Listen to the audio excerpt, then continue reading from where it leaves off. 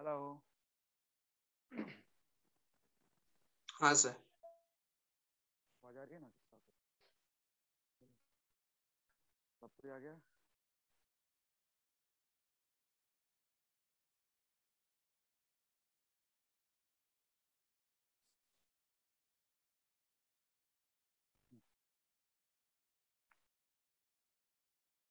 Last class से कुछ doubt है या क्लियर है सब कुछ? कुछ डाउट हो तो बोलो, नहीं तो आगे बढ़ते हैं।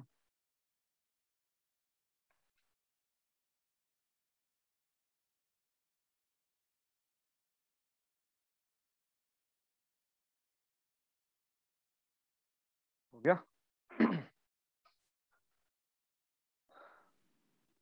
कल वाला डाउट सबको क्लियर है ना? वो बच्चों ने ग्रुप में सॉल्यूशन में भेज दिया, उसमें से कोई डाउट नहीं है ना? सबको समझ में आ गया जो भी सॉल्यूशन भेजा है बच्चे ने? हाँ सर। चलो ठीक है, फिर आगे बढ़ते हैं। अभी हम पढ़ेंगे सूडो फोर्स के बारे में। योर नेक्स्ट हेडिंग इज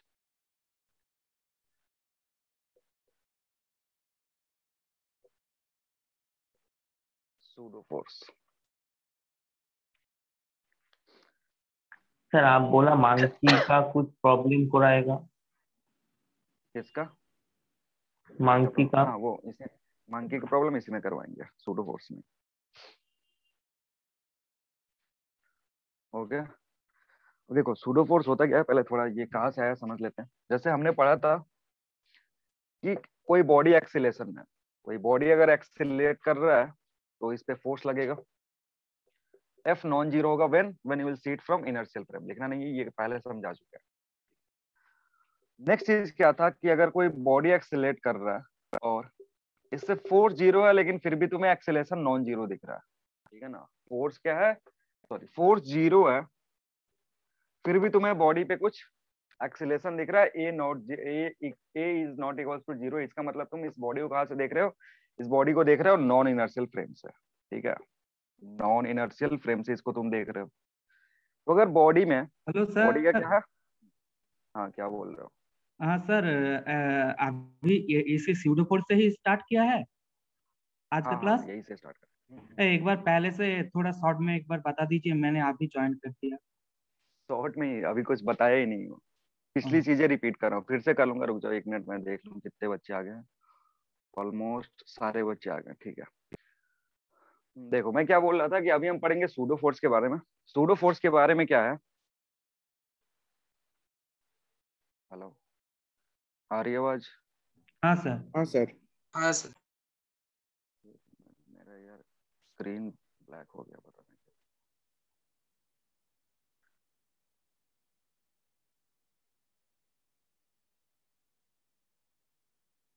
अच्छा, तुमको बोर्ड दिख रहा है ना? हाँ सर। हाँ बोर्ड सर। दिख रहा है, आवाज दिख रहा है तो ठीक है, क्योंकि मेरे स्क्रीन में अभी कुछ नहीं दिख रहा है। हाँ देखो, मैं क्या बोला था कि सूडो फोर्स की हमें जरूरत कैसे पड़ी, क्यों पड़ी, वो पहले समझाने की कोशिश कर रहे थे। मैंने बोला कि अगर इनर्शियल फ्रेम ऑफ रेफरेंस होगा और कोई बॉडी एक्सीलेशन में है, इनर्शियल फ्रेम ऑफ रेफरेंस से बॉडी अगर एक्सीलेट कर रहा है, तो मैंने क्या बोला था कि there will be external force acting on the body. Body पे क्या होगा? एक्सटर्नल फोर्स पक्का लग रहा होगा, ठीक है। अब चलते हैं नॉन इनर्शियल फ्रेम से। जब नॉन इनर्शियल फ्रेम पे पहुंच रहे हैं, एक्सटर्नल फोर्स जीरो है, तो भी हमें इस बॉडी का क्या दिखता है? एक्सेलेरेशन दिखता है। This body is accelerating. जैसे ये फ्रेम ऑफ रेफरेंस इधर की तरफ एक्सेलरेट करेगा, ये फ्रेम ऑफ रेफरेंस किधर जा रहा है? पीछे की तरफ। तुम इस पे बैठ गए तो इसके चलते इस ब्लॉक का एक्सेलरेशन किधर दिखेगा? आगे की तरफ, पीछे की ठीक है? तरफ। नहीं नहीं, ये पीछे की तरफ जा रहा है, ब्लॉक का जो एक्सेलरेशन दिखेगा किधर की तरफ दिखेगा? आगे की तरफ दिखेगा। हाँ। जिस जिस फ्रेम ऑफ रेफरेंस पे बैठ गया उसका एक्सेलरेशन बॉडी को मिलेगा, लेकिन उल्टा डायरेक्शन में, तो इधर मिल गया। लेकिन इस बॉडी पे जो नेट फोर्स था वो जीरो था। और हमें पता है न्यूटन ने क्या बोला था? न्यूटन ने बोला कि अगर कोई भी एक्सेलेरेशन है, इसका मतलब क्या है कि there must be a force. कोई भी एक्सेलेरेशन है, there must be a force. तो एक्चुअली में ये बॉडी पे फोर्स नहीं लग रहा, ये एक्सेलेरेशन में है। क्यों? क्योंकि तुम यहां से देख रहे हो। तो हम क्या करते हैं, एक इमेजिनरी फोर्स, हम क्या करते हैं, एक इमेजिनरी फोर्स इंट्रोड्यूस करते हैं और मानते क्या है कि this acceleration is due to that given imaginary force. आ रही बात समझ में? वो जो इमेजिनरी फोर्स है उसके चलते ये एक्सेलरेशन आ रहा है। और वो इमेजिनरी इसलिए बोल रहे हैं कि एक्चुअल में वो फोर्स एग्जिस्ट करता नहीं है। हम अपने काम को आसान करने के लिए, समझने के लिए क्या करते हैं कि मान लेते हैं कि जब इस फ्रेम ऑफ रेफरेंस से देखोगे, non universal frame of reference से देखोगे, तो there is a force acting on the body in opposite direction to the acceleration of the body, to the acceleration of the frame of reference. आ रही बात समझ में? सर आपका video नहीं आ रहा वीडियो है। बंद हो गया। हाँ, एक मिनट, वही मैं सोच रहा था ये कब पॉज होगा। एक मिनट रुको, मैं लग रहा है फिर से कुछ ग्लिच हो गया इसमें।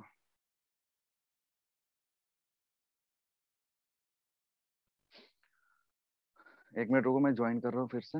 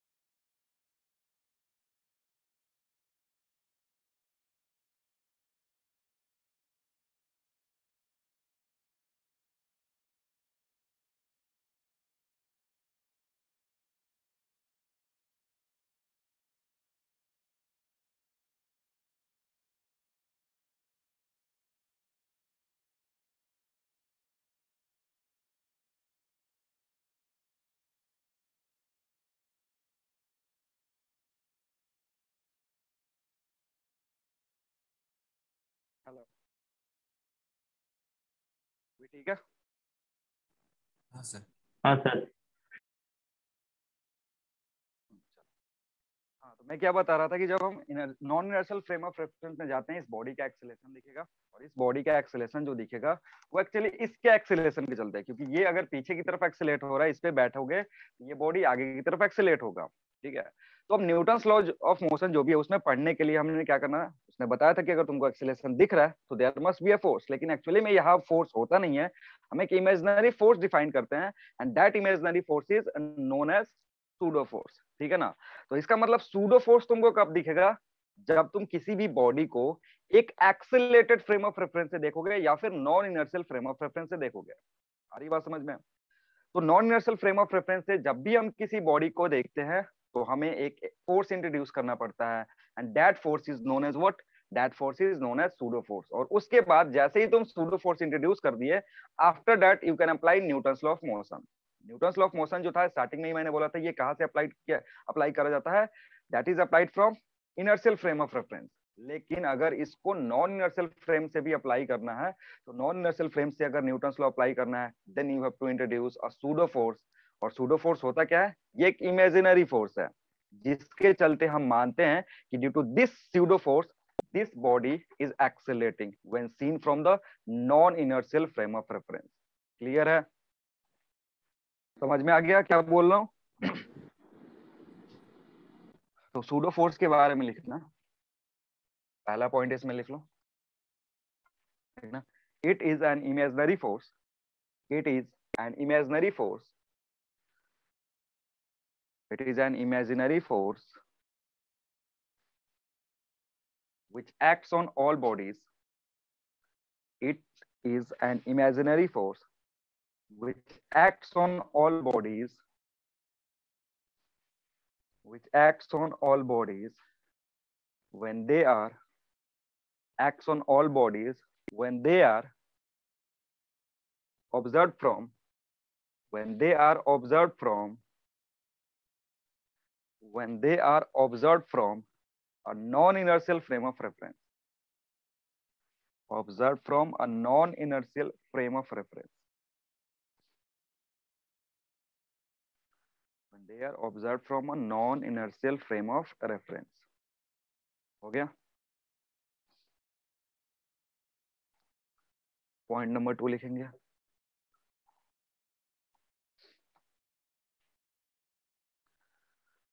सुनाई दे रहा है ना आवाज क्लियर? हाँ सर। ठीक है, लिखना, this force acts, this force acts, this force acts in the opposite direction, this force acts in the opposite direction, this force acts in the opposite direction to the, acts in the opposite direction to the direction of, to the direction of, to the direction of acceleration of, to the direction of acceleration of, to the direction of acceleration of frame, the direction of acceleration of frame from which body is seen, from which body is seen, from which body is seen। यानी दूसरा जो है, दूसरा जो point है वो तुमको क्या बताएगा, इट विल टेल कि डायरेक्शन किधर लगेगा फोर्स का, क्योंकि force is a vector quantity. तो अगर फोर्स को डिफाइन करना है तो तुम्हें मैग्नीट्यूड भी चाहिए, साथ ही साथ डायरेक्शन भी चाहिए। तो मैंने डायरेक्शन बता दिया, कहने का मतलब है body is seen, from which body is seen, जहां से हम बॉडी को देख रहे हैं, from which body is seen. ऐसे भी कर सकते हो, ये एक कार है और ये एक दूसरा कार है। ये जो कार है ये ए से एक्सेलेरेट कर रहा है, समझना। ये क्या है, ये कार है जो ए से आगे की तरफ एक्सेलेरेट कर रहा है। यहाँ पे एक ऑब्जर्वर बैठा हुआ है, यहाँ पे कौन बैठा हुआ है, एक ऑब्जर्वर बैठा हुआ है, वो देख रहा है इस कार को। तो इसका जो एक्सेलरेशन है वो किसको मिल गया, इसको मिलेगा। और क्या मिलेगा, ए से पीछे की तरफ मिलेगा। एक्सेलरेशन किधर होगा, पीछे की तरफ। तो इसका मतलब ये है कि ये जो एक्सेलरेशन है, this is coming due to a force which is known as pseudo force. ठीक है, उसको क्या बोलेंगे, सूडो फोर्स। एफपी से, एफपी के चलते आ रहा है। एंड दैट एफपी, एफपी का डायरेक्शन क्या होगा, एफपी का डायरेक्शन होगा इसके एक्सेलरेशन के अपोजिट डायरेक्शन में। एफपी का डायरेक्शन हम कैसे डिसाइड करते हैं, एफपी का एक्सेलरेशन डिसाइड करते हैं जिस बॉडी पे बैठे हो उसके डायरेक्शन से। तो अगर ये बॉडी राइट की तरफ जा रहा है, तो जिस बॉडी को ऑब्जर्व कर रहे हो, जिस बॉडी को देख रहे हो, उस पर एक सूडो फोर्स लगेगा, किधर की तरफ, लेफ्ट की तरफ। आ रही है बात समझ में? हाँ सर। हाँ sir.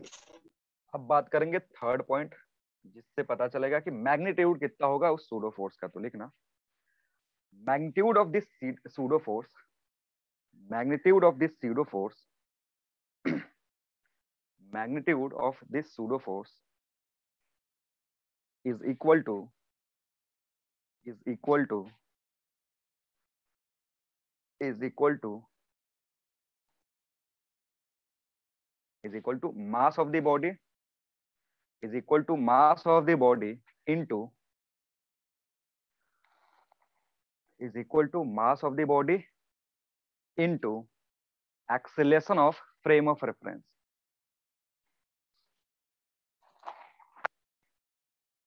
Mass of the body into acceleration of frame of reference. Acceleration of frame of reference. That is Fp is equal to mass of the body into acceleration. जहां m क्या है, m है उस body का मास जिसको हम देख रहे हैं, जिस बॉडी को देख रहे हैं उसका मास, और a क्या है, a है acceleration of frame of reference, जिसको non universal frame of reference बोलते हैं। तो मास किसी और का, एक्सेलरेशन किसी और का, उसके चलते एक सूडो फोर्स आता है Fp। अगेन जैसे ये तुम्हारा एक कार है जो ए से एक्सेलेरेट कर रहा था, ये एक मास है m। तो इस पे बैठ के देखोगे एक फोर्स लगेगा किधर की तरफ, अपोजिट डायरेक्शन में। यहाँ पे बैठ के देखोगे तो इस मास पे एक फोर्स लगेगा Fp in opposite direction of this acceleration, and value इसकी कितनी होगी, मास इनटू a। मास इस बॉडी का, एक्सेलरेशन फ्रेम ऑफ रेफरेंस का।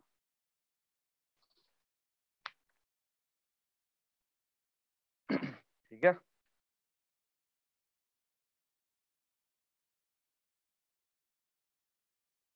क्लियर।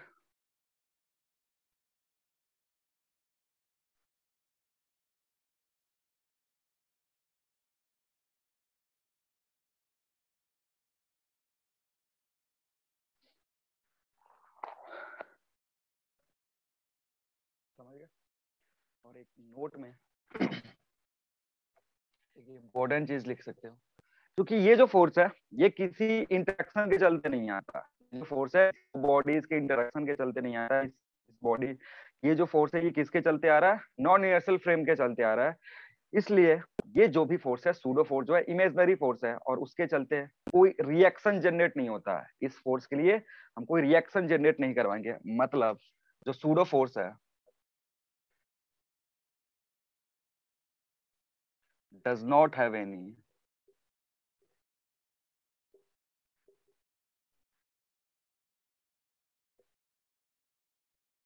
action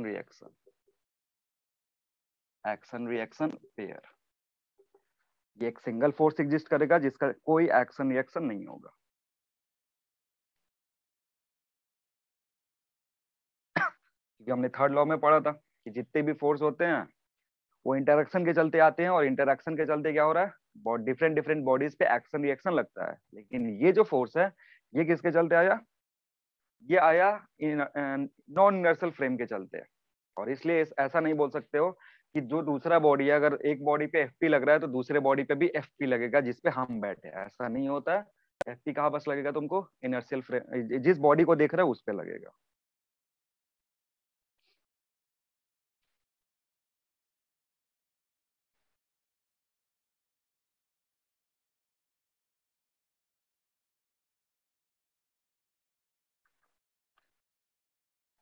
हो गया। हाँ सर। अब देखो सूडो फोर्स हमें लाना क्यों पड़ा, सूडो फोर्स की जरूरत क्यों पड़ी, क्योंकि कभी कभी कुछ ऐसे क्वेश्चंस होते हैं जिनको तुम इनर्शियल फ्रेम ऑफ रेफरेंस से सॉल्व करोगे तो ज्यादा कॉम्प्लिकेटेड हो जाते हैं। कुछ ऐसे प्रॉब्लम है न्यूटन्स लॉ ऑफ मोशन में कि जिसको अगर तुम ट्राई करोगे ग्राउंड फ्रेम से करने का या किसी इनर्शियल फ्रेम से करने का तो वो बहुत ज्यादा कॉम्प्लिकेटेड हो जाते हैं। सॉल्व होंगे लेकिन कॉम्प्लिकेटेड वैसे होगा।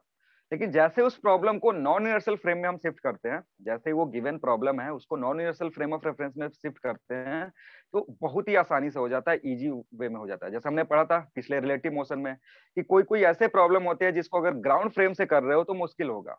ग्राउंड फ्रेम से क्या होगा, वो कॉम्प्लिकेटेड हो जाता है। ग्राउंड के रेस्पेक्ट में करते हैं तो कॉम्प्लिकेटेड हो जाता है। जैसे ही रिलेटिव मोशन का कंसेप्ट यूज करते हैं बहुत सिंपल हो जाता है। सिमिलरली इधर भी कुछ कुछ ऐसे क्वेश्चन होंगे जिसको अगर तुम चाहोगे कि ग्राउंड फ्रेम से हम सॉल्व करें और उसमें न्यूटन्स लॉ अप्लाई कर दे सॉल्व होगा, लेकिन वो कॉम्प्लिकेटेड मेथड से होगा, बहुत ज्यादा स्टेप्स यूज होंगे या बहुत ज्यादा तुमको दिमाग लगाना पड़ेगा। लेकिन जैसे ही तुम अगर उस गिवन क्वेश्चन को शिफ्ट कर देते हो किसी एक्सीलरेटेड फ्रेम ऑफ रेफरेंस में, वो सिंपल हो जाता है। तो अगर शिफ्टिंग करेंगे तो क्या क्या चेंजेस आएगी, वही तुमको बता रहा था कि हमें जब भी शिफ्टिंग करेंगे, अगर किसी बॉडी को non universal frame of reference से देखेंगे तो हमें क्या करना पड़ता है, एक एक्स्ट्रा फोर्स इंट्रोड्यूस करना पड़ता है, and that force is known as pseudo force. अब सूडो फोर्स का डायरेक्शन क्या होगा, मैग्नीट्यूड क्या होगा, एक्सप्लेन कर दिए। ठीक है, अब इसका कुछ एप्लीकेशन देखते हैं। एप्लीकेशन हम देखेंगे मोशन इन अ लिफ्ट का। जो पहला एप्लीकेशन है क्या होगा, motion in a lift.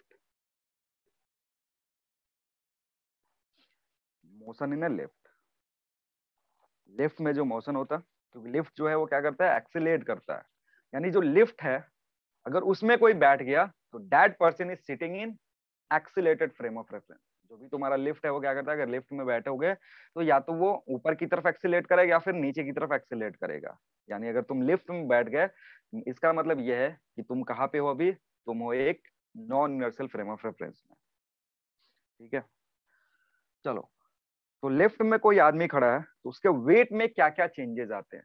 Lift में कोई अगर पर्सन खड़ा है तो उसके वेट में क्या क्या चेंजेस आएगा वो हम देखेंगे। लेकिन उससे पहले थोड़ा सा हम एक चीज समझ लेते हैं कि वेइंग बैलेंस कैसे काम करता है। वेइंग बैलेंस समझते हो क्या होता है? वेइंग बैलेंस का काम क्या है, किसी पर्सन का वेट मेजर करना, वेट मेजर है करना। ना। हाँ, वेट मेजर करेगा। अगर कोई यहाँ पे खड़ा होगा तो बेसिकली क्या करेगा, यहाँ पे एक रीडिंग आएगा और उस रीडिंग में तुम अपना वेट दे सकते हो। It may be digital, it may be analog, depending upon the तुम कैसा वेइंग मशीन लिए हो। अगर यहाँ पे खड़े हो गए तो यहाँ पे तुम्हारा वेट बता देगा। ठीक है ना। अब देखो ये काम कैसे करता है, जैसे ही तुम यहाँ पे खड़े हो गए, वेइंग मशीन एक्चुअली रीड क्या करता है वो समझ लेते हैं। जैसे ही तुम यहाँ पे खड़े हो गए, तुम ये वेइंग मशीन को नीचे की तरफ दबाओगे। मतलब अगर पर्सन का फ्री बॉडी डायग्राम बनाया जाए, ये पर्सन अगर इसका फ्री बॉडी डायग्राम बनाया जाए तो नीचे इस पे क्या लग रहा होगा, mg। पर्सन पे नीचे क्या लग रहा होगा, mg लग रहा होगा। और चूंकि वो वेइंग मशीन पे खड़ा है तो वेइंग मशीन उसको कहाँ धक्का देगा, ऊपर की तरफ। उसके चलते क्या लग रहा होगा, एक नॉर्मल रिएक्शन लग रहा होगा ऊपर की तरफ। अगर वेइंग मशीन का फ्री बॉडी डायग्राम बनाओगे तो वेइंग मशीन पे इस पर्सन के चलते एक नॉर्मल रिएक्शन आ रहा होगा n, एक्शन रिएक्शन पेयर के चलते। ये नॉर्मल रिएक्शन जो वेइंग मशीन ऊपर लगा रहा है पर्सन के ऊपर, वही पर्सन वेइंग मशीन पे नीचे की तरफ लगा रहा है। और तुम अगर इस फ्री बॉडी डायग्राम से देखोगे कि पर्सन रेस्ट में है तो एन किसके बराबर होगा, mg के बराबर होगा। एन किसके बराबर है, mg के बराबर है। अब वेइंग मशीन का काम क्या है ना, वेइंग मशीन का काम है कि ये वही रीड करता है जो इस पे नॉर्मल फोर्स लग रहा होता है। वेइंग मशीन कौन सी रीडिंग लेगा, जो नॉर्मल रिएक्शन उस पे लग रहा है। तो वेइंग मशीन पे जो नॉर्मल रिएक्शन लग रहा है वो कितना है, n है। और n किसके बराबर है, mg के बराबर है। यानी यहाँ जो इस केस में जो रीडिंग आएगी, अगर वेइंग मशीन रखा हुआ है तुम उसके ऊपर जाके जस्ट खड़ा हो जाओगे तो तुम्हारे चलते जो तुम जो नॉर्मल रिएक्शन उस पे लगाओगे वेइंग मशीन पे, that normal reaction will be equal to your weight. जो नॉर्मल रिएक्शन होगा वो किसके बराबर होगा, तुम्हारे वेट के बराबर होगा। इसलिए जो यहाँ रीडिंग आएगी वो किसकी रीडिंग आएगी, तुम्हारे वेट के चलते आएगी, तुम्हारे एक्चुअल वेट की आएगी। आ रही बात समझ में? तो कभी भी बोले कि find the weight measured by weighing machine, तो हमारा काम क्या होता है, हमारा काम होता है ये नॉर्मल रिएक्शन पता करना। अगर तुम ये नॉर्मल रिएक्शन पता कर लिए, that will be the reading of weighing machine. Clear है? तो हम क्या करेंगे, लिफ्ट में जाएंगे और लिफ्ट में वेइंग मशीन पे एक आदमी को खड़ा करके देखेंगे और फिर वहां की रीडिंग लेंगे कि जब लिफ्ट ऊपर जा रहा है तब पर्सन की रीडिंग क्या आ रही है, पर्सन के वेट की रीडिंग क्या आ रही है, जब लिफ्ट नीचे की तरफ जा रहा है तब पर्सन की रीडिंग कितनी आ रही है। ये सारी चीजें हमें देखना है। ठीक है, तो लिखना मोशन इन लिफ्ट, इसमें पढ़ेंगे हम केस ए, केस 1 या केस ए बोल सकते हो। Case 1, when lift is at rest या lift when lift is unaccelerated. Unaccelerated का मतलब है या तो लिफ्ट रेस्ट में होगा या फिर अगर चल भी रहा होगा तो कांस्टेंट वेलोसिटी से चल रहा होगा। when lift is at lift is unaccelerated, that is either v is equal to 0 or v is equal to constant। ये दोनों चीजें हो सकती है, क्योंकि ए 0 हो गया, अनएक्सेलरेटेड मतलब ए इक्वल्स टू 0। तो ये तुम्हारा लिफ्ट है। इस लिफ्ट पे एक क्या रखा हुआ है, यहाँ पे वेइंग मशीन रखा हुआ है, और वेइंग मशीन पे एक तुम्हारा दोस्त खड़ा है और तुम इधर खड़े हो, ये तुम हो और ये तुम्हारा दोस्त है। अब तुम क्या करोगे, तुम इसका रीडिंग लोगे, इसका वेट कितना है, कब, जब लिफ्ट रुका हुआ है, ठीक है, या फिर लिफ्ट चल रहा है कांस्टेंट वेलोसिटी से। तो तुमको जो रीडिंग देखेगी in this case, that reading will be n equals to mg। जो भी रीडिंग आएगा वो कितने के बराबर आएगा, mg के बराबर आएगा। वो जस्ट अभी समझा दिए हैं तुमको, ठीक है। And this is your actual wait. ये तुम्हारा क्या है, दिस इज योर, या दिस इज एक्चुअल वेट।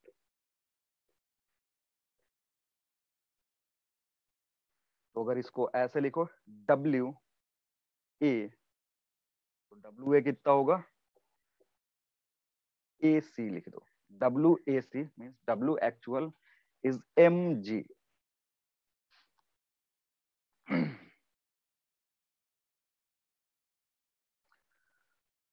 इतना क्लियर है।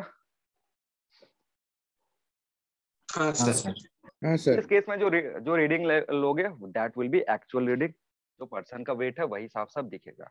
अब समझते हैं व्हेन लिफ्ट इज, केस 2 है, व्हेन लिफ्ट इज एक्सेलरेटिंग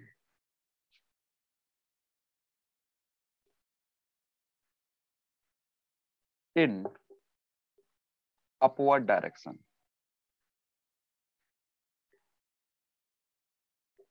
मतलब ये पूरा लिफ्ट जो है ये किधर जा रहा है, ए से ऊपर की तरफ जा रहा है।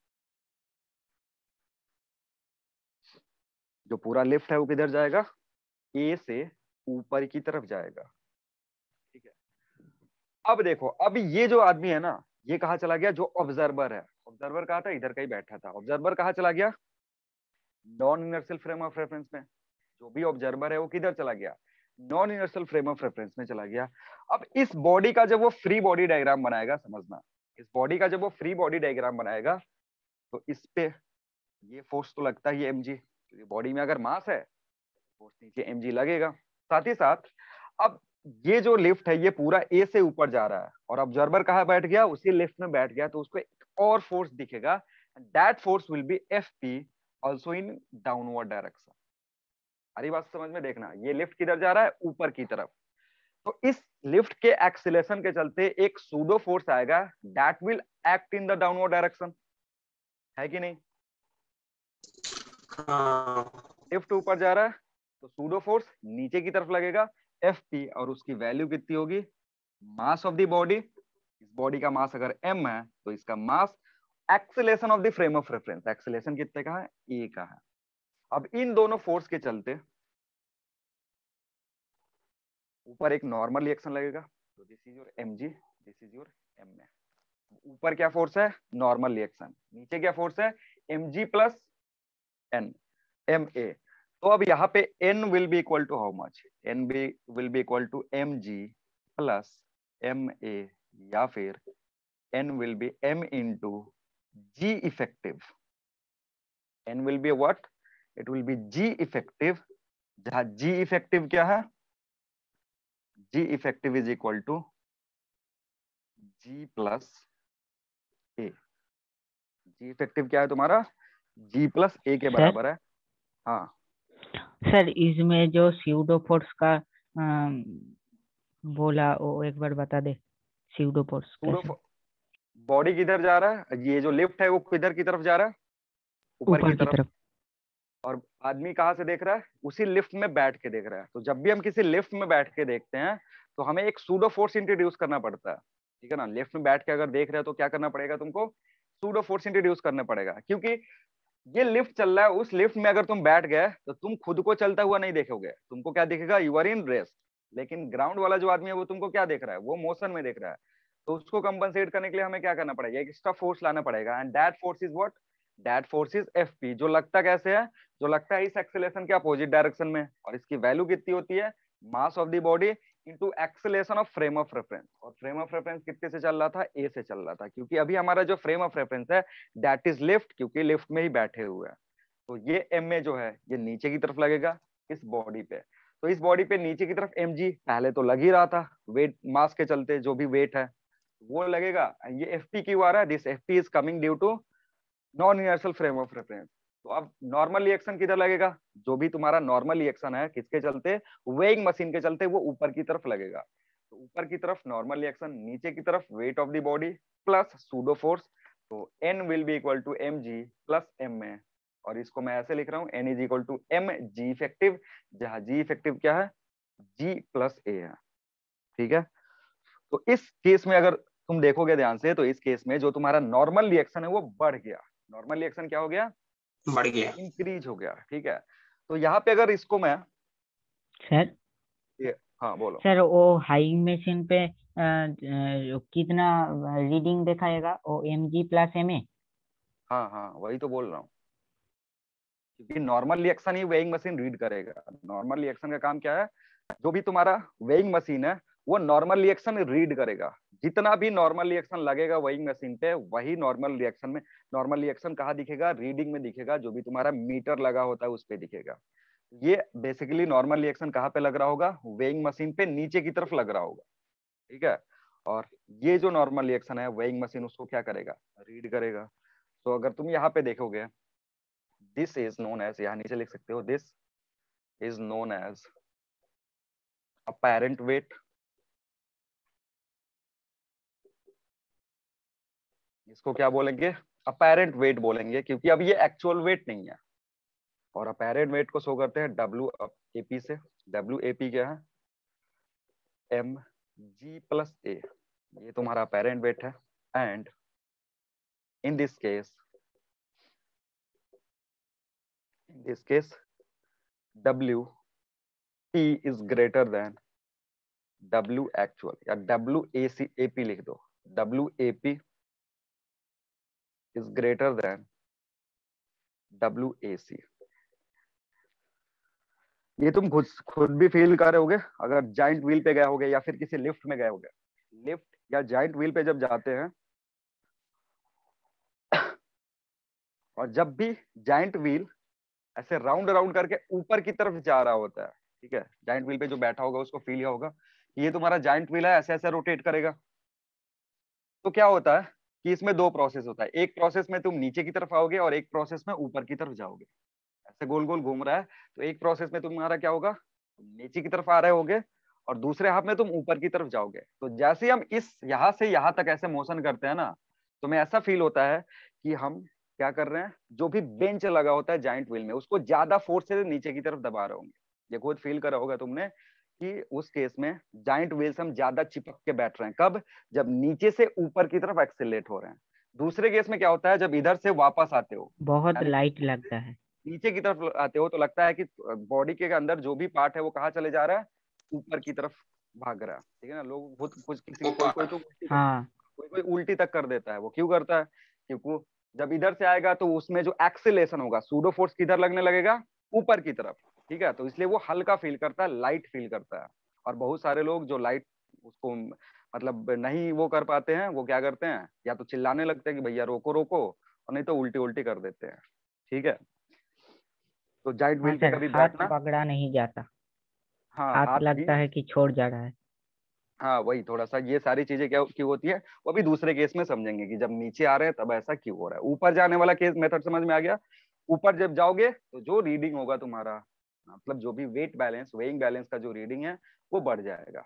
क्यों, क्योंकि एक एक्स्ट्रा एक्सेलेरेशन इंट्रोड्यूस हुआ। इस एक्सेलेरेशन, ये जो एक्सेलेरेशन है जी में ऐड हो गया, और जब भी जी में ऐड होगा तो ये वैल्यू इंक्रीज करेगी, जिसके चलते अपैरेंट वेट बढ़ गया। तो रीडिंग जो तुम्हारा आएगा, अगर तुम 60 kg के हो, तो अगर ऊपर की तरफ एक्सीलेट होगा तो रीडिंग में भी 70 kg, 90 kg, depending on the acceleration of the lift. Clear है, चलो अब समझते हैं केस 3। केस 3 में क्या है,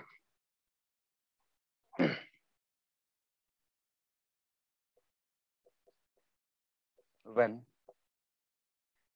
lift is accelerating in in downward direction. अभी लिफ्ट किधर एक्सेलेरेट कर रहा है? डाउनवर्ड डायरेक्शन में एक्सेलेरेट कर रहा है। मतलब ये तुम्हारा लिफ्ट है, जा किधर रहा है? नीचे की तरफ। यहाँ पे एक आदमी खड़ा है वेइंग मशीन पे। This is your weighing balance. और वेइंग बैलेंस में कितनी की रीडिंग आएंगी अगेन हमें वो पता करना है। इस आदमी का मास है m। तो अगर इसका फ्री बॉडी डायग्राम इधर बनाओगे, अभी हम फ्री बॉडी डायग्राम कहां से बना रहे हैं? FBD from lift. जो भी इसका फ्री बॉडी डायग्राम बनाएंगे, इस आदमी का फ्री बॉडी डायग्राम जो इधर बना रहे हैं वो कहां से बना रहा है? Free body diagram from the lift. और लिफ्ट क्या है तुम्हारा? कैसा फ्रेम ऑफ रेफरेंस है? This is non inertial frame of reference. तो जो नॉर्मल चीज है वो तुम आराम से दिखा सकते हो, mg नीचे लगता ही है और इस mg के चलते एक नॉर्मल रिएक्शन ऊपर आना चाहिए। बट क्योंकि तुम इस बॉडी को कहां से ऑब्जर्व कर रहे हो? Non inertial frame of reference से ऑब्जर्व कर रहे हो, तो अब तुम्हें FP भी इंट्रोड्यूस करना पड़ेगा। और FP का डायरेक्शन जो होगा that will be in upward direction. FP किधर लगेगा? ऊपर की तरफ लगेगा। क्यों? लिफ्ट की तरफ एक्सेलरेट कर रहा है नीचे की तरफ, और FP इस एक्सेलरेशन के अपोजिट डायरेक्शन में लगता है। और इस सेकंड वैल्यू की होगी m into a। क्लियर है? फ्री बॉडी डायग्राम समझ में आ गया? हाँ सर। ऊपर जो फोर्स लग रहा है, हाँ ऊपर जो फोर्स लग रहा है that is FP plus n। ये mg के बराबर होना चाहिए। FP का वैल्यू पुट करोगे ma प्लस n, mg होगा। और यहाँ से नॉर्मल रिएक्शन अगर निकालोगे, हमें नॉर्मल रिएक्शन चाहिए क्योंकि नॉर्मल रिएक्शन ही क्या देगा? रीडिंग देगा। Normal reaction will be m g minus minus या m g माइनस ऐसे लिख सकते हो। इसको भी g इफेक्टिव के फॉर्म में लिखोगे and g effective will be in this case g minus a। Clear है?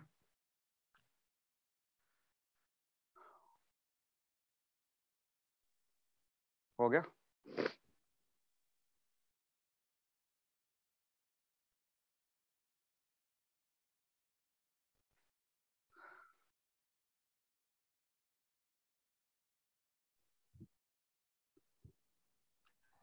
अभी दिस अपेरेंट वेट जो तुम्हारा होगा, जो भी अपेरेंट वेट है, so apparent wait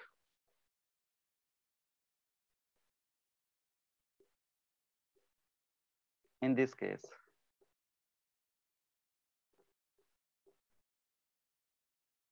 WAP is equal to mg minus a। ये तुम्हारा अपेरेंट वेट है। And W apparent is less than W actual। इस केस में जो एक्चुअल वेट होगा वो ज्यादा होगा अपेरेंट वेट से, क्योंकि इस बार देखोगे तो G में से कुछ वैल्यू घट रहा है। G में से क्या हो रहा है? कुछ वैल्यू क्या कर रहे हैं? घटा रहे हैं। खतरा है।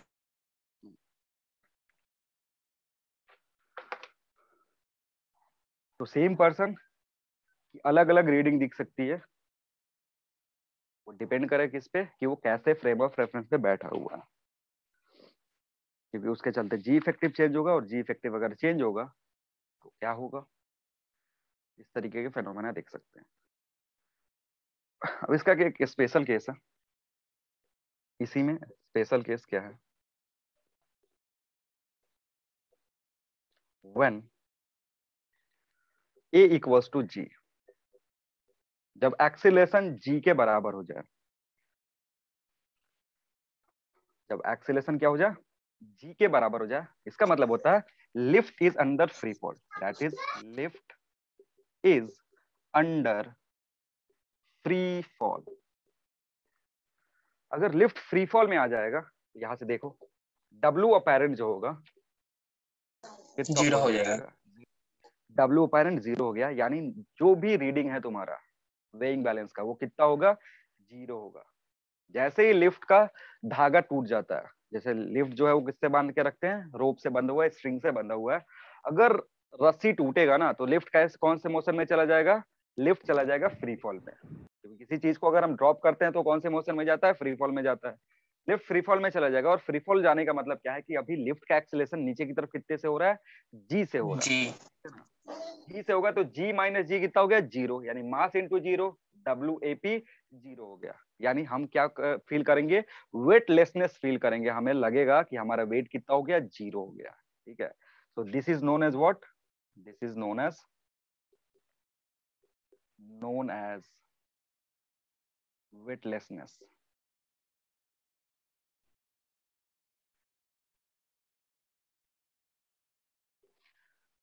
इसको क्या बोलते हैं, वेटलेसनेस बोलते हैं।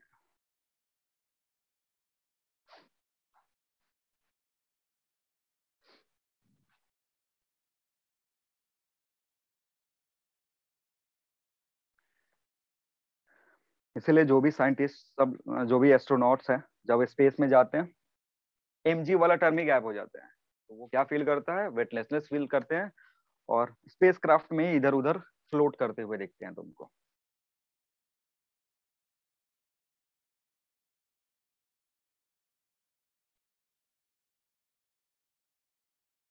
अगर तुम्हारे रूम की ग्रेविटी को 0 कर दिया जाए तो क्या होगा, जमीन पे नहीं रहोगे, फ्लोट करने लगोगे अपनी मर्जी से, हाथ पैर मार के इधर उधर ऊपर नीचे फ्लोट कर सकते हो।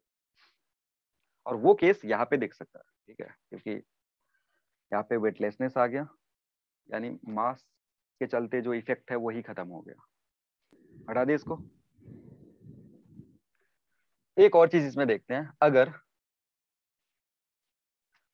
A is greater then G हो जाए, ये स्पेशल केस 2, ये स्पेशल केस 1 कर दो, और ये स्पेशल केस 2 है तुम्हारा। एक्सीलरेशन, एक्सीलरेशन की जो वैल्यू है वो G से ज्यादा हो जाए, एक्सीलरेशन की जो वैल्यू है वो क्या हो जाए, G से ज्यादा हो जाए, तो इसका मतलब क्या है, नॉर्मल रिएक्शन अगर देखोगे तो नेगेटिव आएगा। नॉर्मल रिएक्शन क्या होगा तुम्हारा, नेगेटिव हो गया।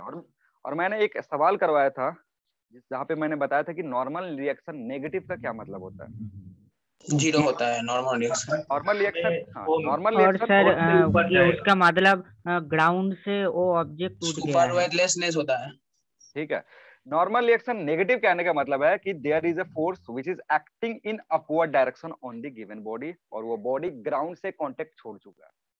मतलब जैसे ही अगर किसी लिफ्ट, ऐसे किसी लिफ्ट में बैठ जाओ जिसका एक्सीलरेशन जी से ज्यादा हो जाए, कौन से डायरेक्शन में, नीचे के डायरेक्शन में, तो तुम कहाँ मिलोगे, तुम रूफ से टकराए हुए मिलोगे, ठीक है ना। जैसे एक लिफ्ट है, और ये जो लिफ्ट है ना, इसका एक्सीलरेशन अगर जी से बड़ा है, इसका एक्सीलरेशन क्या हो गया, जी से बड़ा हो गया, तो जितने भी आदमी यहाँ होंगे वो यहाँ नहीं दिखेंगे, वो कहाँ दिखेंगे, रूप से सटे हुए दिखेंगे। क्योंकि अब क्या होगा, उनपे एक नेट फोर्स लगना शुरू हो जाएगा, and that force will act in upward direction. क्योंकि यहाँ एफ टी का जो वैल्यू होगा, F T will be greater than m g. F T क्या हो जाएगा, एम जी से बड़ा हो जाएगा। तो एम जी क्या कर रहा था, तुमको नीचे लाने की कोशिश कर रहा था। एफ टी क्या कर रहा है, क्योंकि लिफ्ट नीचे की तरफ जा रहा है, नीचे की तरफ एक्सीलरेट हो रहा है ए से, तो एफ बी तुमको किधर लगेगा, ऊपर की तरफ। और क्योंकि एफ पी ज्यादा है तो सारे आदमी ऊपर ऊपर ऊपर फ्लोट करके कहाँ चले जाएंगे, छत से जाकर के टकरा जाएंगे। ठीक है, आ रही बात समझ में। तो ये एक ऐसा केस है जिसमें, लिख लो इसके नीचे, इट मीन्स इट मीन्स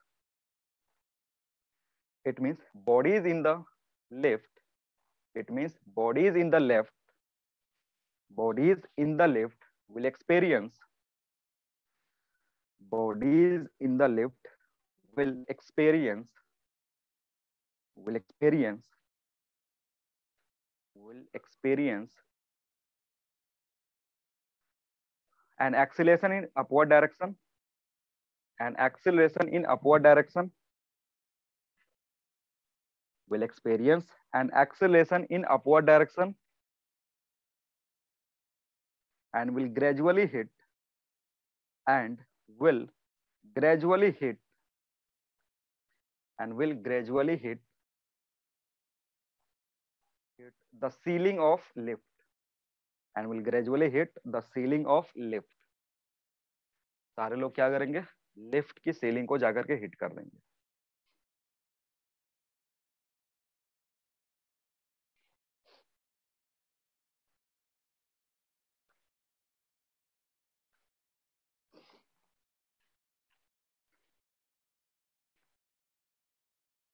हो गया,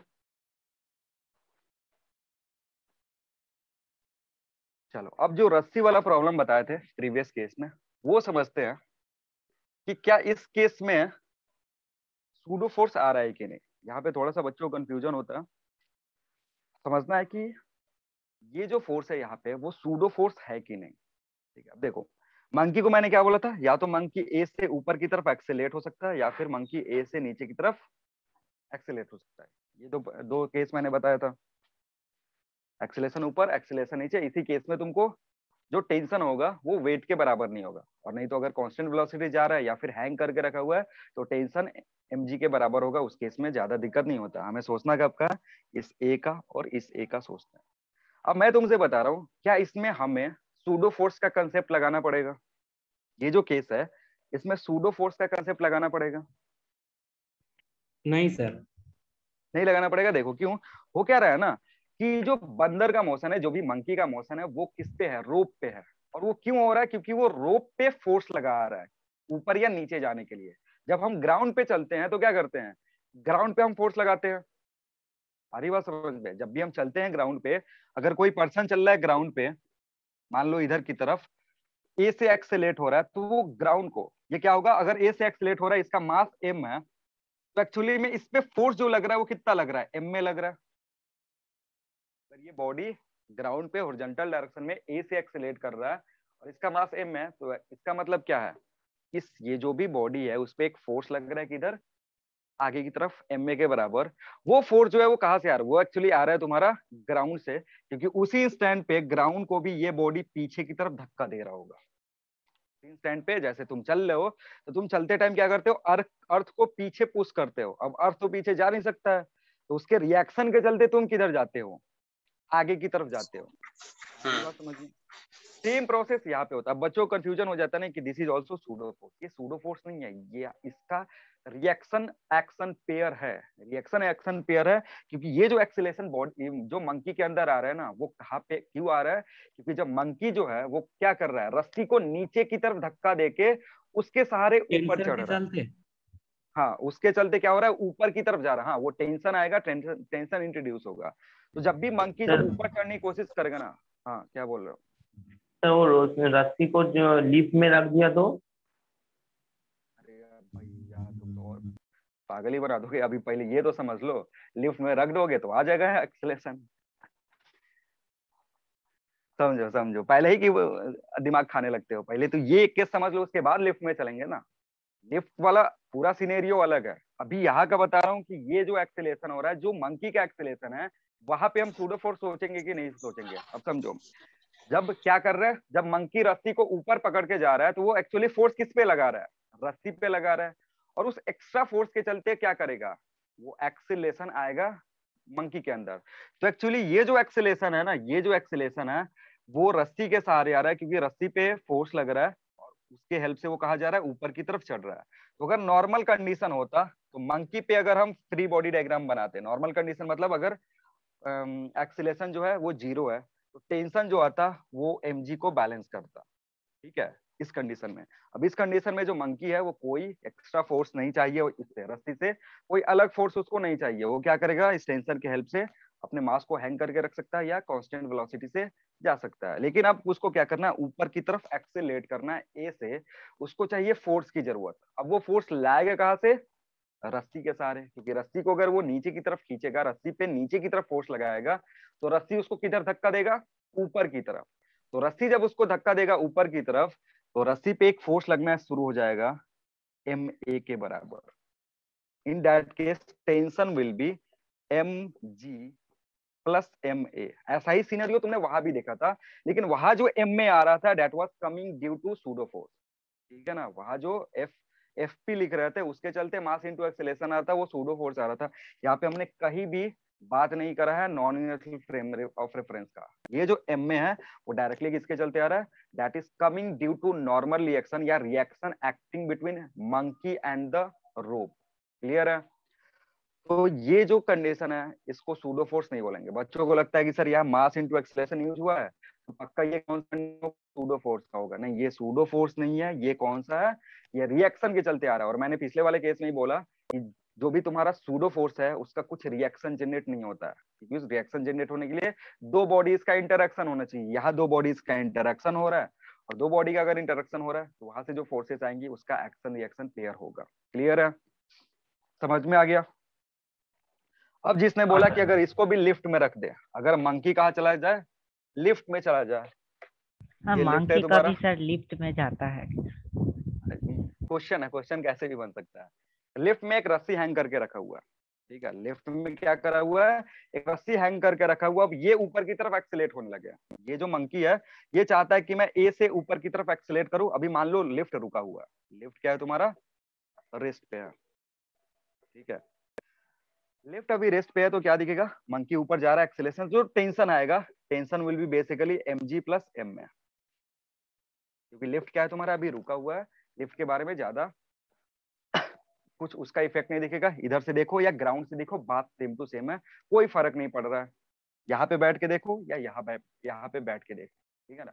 अब क्या होगा कि अगर लिफ्ट चलना शुरू कर दे, या तो लिफ्ट को ए से ऊपर भेज दो, अगर ए इधर ले लिया तो मान लो इसको मैं A1 से ऊपर भेज रहा हूँ, लिफ्ट को कहां से मैं भेज रहा हूँ, लिफ्ट को मैं भेज रहा हूँ A1 से ऊपर। अब समझना, दो पॉसिबिलिटी है, एक तो तुम ग्राउंड से मंकी को ऑब्जर्व कर सकते हो, है कि नहीं, मंकी को कहां से ऑब्जर्व कर सकते हो, ग्राउंड से भी ऑब्जर्व कर सकते हो, या फिर लिफ्ट से भी ऑब्जर्व कर सकते हो। तो जब तक ग्राउंड से मंकी को देखोगे, इस टेंशन में कोई चेंज नहीं आएगा, वैसा का वैसा ही दिखेगा। अगर ग्राउंड से तुम क्या लिखना चाहोगे, टेंशन का वैल्यू लिखना चाहोगे, तो ग्राउंड से कभी भी सूडो फोर्स नहीं आता है, तुमको याद होगा, ठीक है ना। ग्राउंड से क्या होगा, कभी भी सूडो फोर्स से नहीं आएगा। सूडो फोर्स कब आएगा, जब यहाँ पहुंचोगे, क्योंकि जब यहाँ पहुंचोगे ना, ये एक्सेलेरेशन गायब हो जाएगा, क्योंकि ये एक्सेलेरेशन अब मंकी को मिलेगा। ये एक्सेलेरेशन क्या होगा, उल्टा डायरेक्शन में मंकी को मिल गया, उसके चलते एक नया फोर्स इंट्रोड्यूस करना पड़ेगा, that will be T dash. अब टी डैश जब काउंट करोगे, it will B mg plus ma minus ma dash. Clear है, मतलब अगर कोई लिफ्ट से देख रहा है, लिफ्ट से कोई भी अगर आदमी देखेगा, तो जो वैल्यू होगा, जो टेंशन दिखेगा, वो क्या दिखेगा, वो दिखेगा mg प्लस m में, ये तो ग्राउंड के रेस्पेक्ट में था, ठीक है। और चूंकि तुम कहाँ पहुंच गए, non universal frame of reference में पहुंच गए, उसके चलते एक सूडो फोर्स आएगा, और सूडो फोर्स क्या लाएगा तुमको, ma डैश लाएगा, क्योंकि a डैश किसका एक्सेलेरेशन है, लिफ्ट का, इधर की तरफ जा रहा है, ऊपर की तरफ, तो क्या आएगा, सॉरी प्लस करेंगे, नीचे की तरफ ये भी लगेगा, तो नीचे की तरफ लगेगा, इधर की तरफ एक FP लगने लगेगा, FP लग रहा है, वैल्यू क्या होगा, ma डैश, वो भी जुड़ जाएगा। सिमिलरली अगर लिफ्ट ऊपर की जगह नीचे जा रहा होता, तो यहाँ माइनस करते, ठीक है। आ रही बात समझ में। अब देखो, किसी को अगर सवाल पूछना हो तो ऐसे कोई कुछ एक्सप्लेन कर रहे हैं, बता रहे हैं, उसी में इंटरप्ट करोगे तो दिक्कत होगा, क्योंकि एक्सप्लेन कुछ और कर रहे हैं, बीच में इंटरप्ट करके फिर कुछ और पूछ रहे हो, पहले वो खत्म हो जाने जो, वो चीज एक्सप्लेन कर देंगे, सवाल उसके बाद आना चाहिए। ऐसे बोल रहे हैं, हम इधर से बकर बकर बकर बकर कर रहे हैं, पता चला बीच में उधर से बीच में ही कुछ बोलने लगोगे, तो फिर जो समझा रहे हैं वो ये हो जाएगा, गड़बड़ हो जाएगा। इंटरप्ट मत करा करो ऐसे बीच में, जैसे ही खत्म हो जाए कोई समझाना या सवाल कुछ देना है, सवाल पूरा बोल लें, तब तुम्हारा डाउट पूछा करो, ठीक है। चलो तो अब प्रॉब्लम करते हैं, लिखना एक क्वेश्चन है, टाइम बचा हुआ, चलो बचा, खत्म हो गया टाइम, इतना तक 12:30 तक ही क्लास होता है ना तुम्हारा। हाँ सर। चलो ठीक है, प्रॉब्लम्स करेंगे नेक्स्ट क्लास में। अभी लिफ्ट का और मंकी का प्रॉब्लम दोनों एक साथ करेंगे, अगले क्लास में करेंगे। कोई कंसेप्ट में डाउट है और कुछ नहीं है, चलो फिर thank you everyone, next class में मिलते हैं।